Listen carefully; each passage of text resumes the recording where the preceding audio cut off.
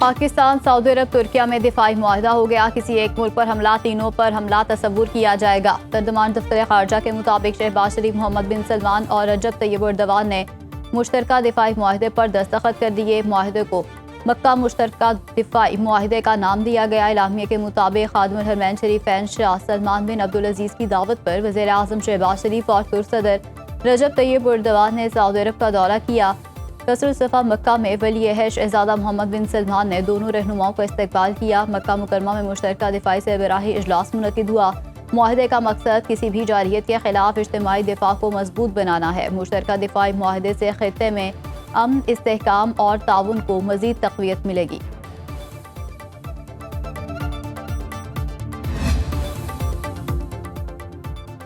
وفاقی وزیر اطلاعات عطا نے مکہ مشترکہ دفاعی معاہدے کو تاریخی قرار دے دیا۔ کہتے ہیں پاکستان، ترکی اور سعودی عرب میں ہونے والے معاہدے پر خانہ کعبہ کی حدود میں دستخط کیے گئے۔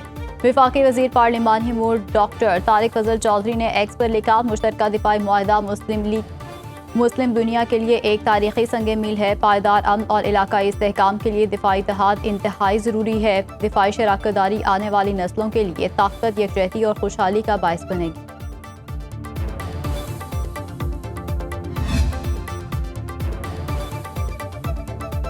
دفاعی معاہدہ پاکستان کی سفارتی اور دفاعی کامیابی ہے۔ Major general retired Tariq Rashid اور سابق سفیر نائلہ جوہان کی سنو نیوز سے گفتگو۔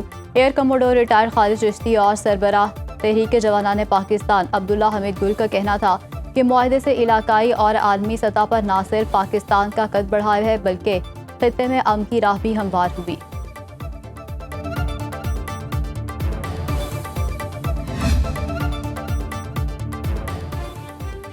نظام ناکام نہیں، ناکام کروایا گیا ہے۔ شہباز شریف کی نیت صاف ہے، ان کے ارد گرد کے لوگوں کی نیت خراب ہے۔ بلاول بھٹو زرداری نے نون لیگ کو نشانے پر رکھ لیا۔ پاک میں جلسے سے خطاب میں کہا کہ اصل لڑائی تو اسلام آباد اور لاہور کی ہو رہی ہے۔ نون لیگ کا ایک خاص حصہ وزیر اعظم کی کوششوں کو ناکام بنانا چاہتا ہے۔ حکومت کی الٹی گنتی ان کے اپنے لوگوں نے شروع کروائی۔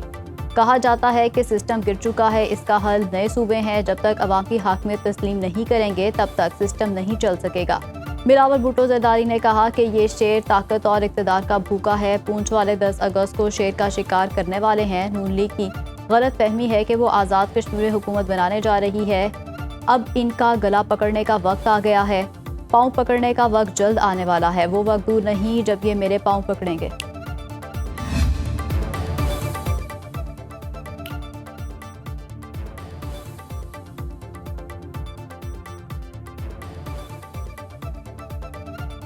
نون لیگ آزاد کشمیر میں سادہ اکثریت حاصل کرنے کا وعدہ۔ سینیٹر رانا ثناء اللہ کہتے ہیں کہ آزاد کشمیر میں حکومت بنانے کے لیے 45 میں سے 23 سیٹیں درکار ہیں۔ نون لیگ دونوں مرحلوں میں ہی 24 نشستیں جیت چکی ہے۔ پاکستان کشمیر کے بغیر نامکمل ہے۔ وفاقی وزیر انجینئر امین مقام بولے کہ مطلوبہ اکثریت مل چکی، حویلی کے الیکشن جیت کر 2/3 اکثریت حاصل کریں گے۔ بھارتی جبر کے خلاف لاکھوں کشمیریوں نے قربانیاں دی۔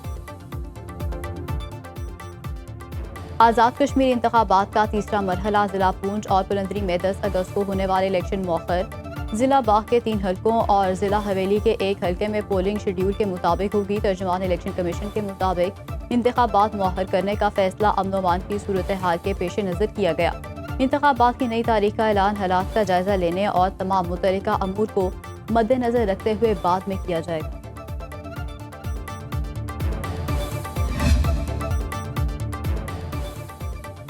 ایران جنگ جلد ختم ہو جائے گی اور آبنائے ہرمز کھل جائے گی۔ امریکی صدر ڈونلڈ ٹرمپ کی واشنگٹن میں صحافیوں سے گفتگو۔ کہا نہیں لگتا کہ ایرانی زیادہ دیر تک یہ جنگ جاری رکھ سکیں گے۔ امریکی بحریہ آبنائے ہرمز میں ناکہ بندی کی قیادت کر رہی ہے۔ سمندر میں بارودی سرنگ یا کسی حملے کا خطرہ جہاز رانی کو متاثر کر سکتا ہے۔ ٹرمپ نے اعتراف کیا ہے کہ امریکی فوج کو بعض اقسام کے ہتھیاروں کی دستیابی میں مشکلات کا سامنا ہے۔ جدید اسلحے کے ذخائر نامحدود ہیں۔ کچھ ہتھیاروں کی تعداد محدود ہے لیکن ہم انہیں روزانہ کی بنیاد پر حاصل کر رہے ہیں۔ دفاعی کمپنیاں پیٹریاٹ اور ٹوماہاک سمیت ہر قسم کے ہتھیاروں کے لیے پلانٹس بنا رہی ہیں۔ امریکی صدر نے ٹروتھ سوشل پر لکھا وہ وزیر دفاع پیٹ ہیگس کی کارکردگی سے انتہائی خوش ہے۔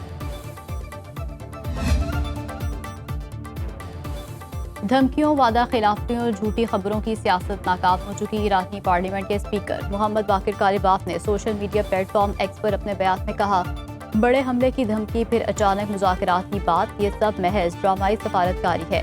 حقائق تسلیم کریں، وعدے پورے کریں، مزید ڈرامے کی ضرورت نہیں۔ دھونس، ٹوٹے ہوئے وعدوں اور جعلی خبروں کو دباؤ کے ہتھیار کے طور پر استعمال کرنا ناکام حکمت عملی ثابت ہوئی۔ دنیا کو مزید ٹویٹر ڈپلومیسی کی نہیں بلکہ عملی اقدامات کی ضرورت ہے۔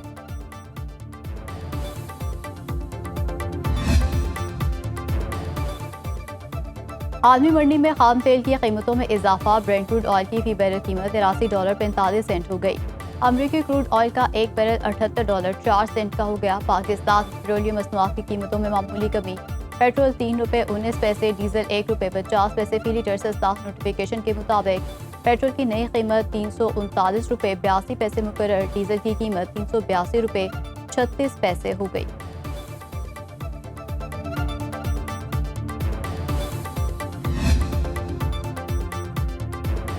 پیٹرولیم لیوی اور مہنگائی کے خلاف جماعت اسلامی سڑکوں پر ملک بھر میں 510 مقامات پر دھرنا دیا جائے گا۔ اسلام آباد میں پشاور روڈ 26 نمبر چنگی کے مقام پر دھرنا دیا جائے گا۔ اسلام آباد بھر سے جماعت اسلامی کے کارکن ریلیوں کی شکل میں دھرنے کے مقام پر پہنچیں گے۔ راولپنڈی میں لیاقت باغ کے مقام پر دھرنا دیا جائے گا۔ لاہور میں بھی ریلیاں اور کئی مقامات پر دھرنے دیے جائیں گے۔ صدر آل پاکستان گڈز ٹرانسپورٹ آنرز ایسوسی ایشن کا 8 اگست سے ملگیر پہیا جام ہڑتال کا اعلان۔ پاکستان منی بستا ایسوسی ایشن کے مرکزی صدر تنویر احمد کا بھی ہڑتال میں شرکت کا اعلان۔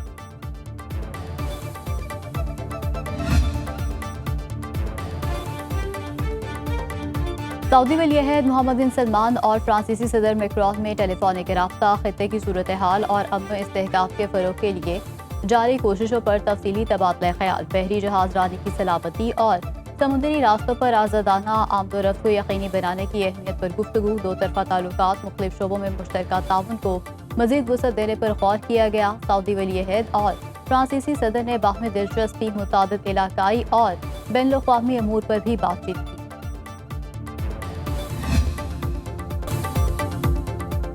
تاجر میر رضا کی قبر کشائی، والدین کے اعتراض پر مؤخر کر دی گئی۔ مقتول کے لواحقین کا نئے میڈیکل بورڈ پر عدم اعتماد کا اظہار۔ میر رضا کے والد میر حسن نے تفتیشی آفیسر کو تحریری درخواست دے دی، کہا ان کا بیان فوری ریکارڈ کیا جائے۔ پہلے بنائے جانے والے میڈیکل بورڈ کے علاوہ کسی بورڈ پر اعتماد نہیں۔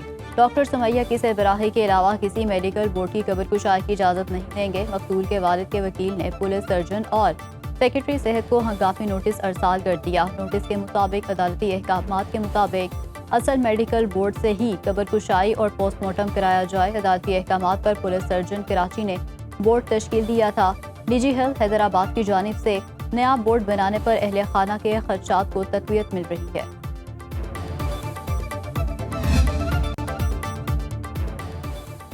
لاہور میں پی ٹی آئی رہنما عبداللہ طاہر کے قتل کیس میں اہم پیش رفت، تینوں شوٹرز کی شناخت ہو گئی۔ پولیس ذرائع کے مطابق شوٹرز میں ارسلان جٹ، سکندر اور ذیشان شامل۔ انہیں گجرانوالہ سے گاڑی میں لاہور لایا گیا۔ شوٹرز نے کلینک میں گھس کر عبداللہ طاہر کو فائرنگ کر کے قتل کیا۔ سی سی ٹی کی ایک ٹیم شوٹرز کو پکڑنے کے لیے وزیرستان میں موجود۔ عبداللہ طاہر کے ڈرائیور کو ہنی ٹریپ کرنے والے فیصل آباد کی ٹک ٹاکر تاحال گرفتار نہ ہو سکی۔ پولیس ذرائع کے مطابق ڈرائیور اصغر سے دوستی کر کے عبداللہ طاہر کی تمام معلومات ٹک ٹاکر لڑکی نے شوٹرز کو دی۔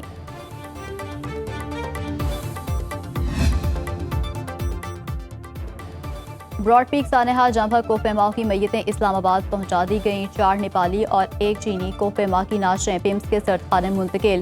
نرمل پورجا کی میت برطانیہ روانہ کی جائے گی۔ چینی کوہ کی میت چین روانہ کی جائے گی۔ یکتا شرکیہ کی میت نیپال، عمانی خاتون کوپیما کی میت عمان پہنچا دی گئی۔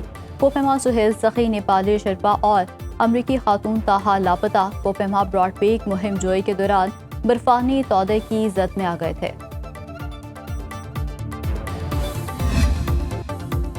ہفتہ وار بنیادوں پر مہنگائی کی شرح میں 0.28% اضافہ ریکارڈ۔ ایک ہفتے میں فی کلو پیاز 10.14%، چکن 9.19% اور دال چنا 2.43% مہنگی۔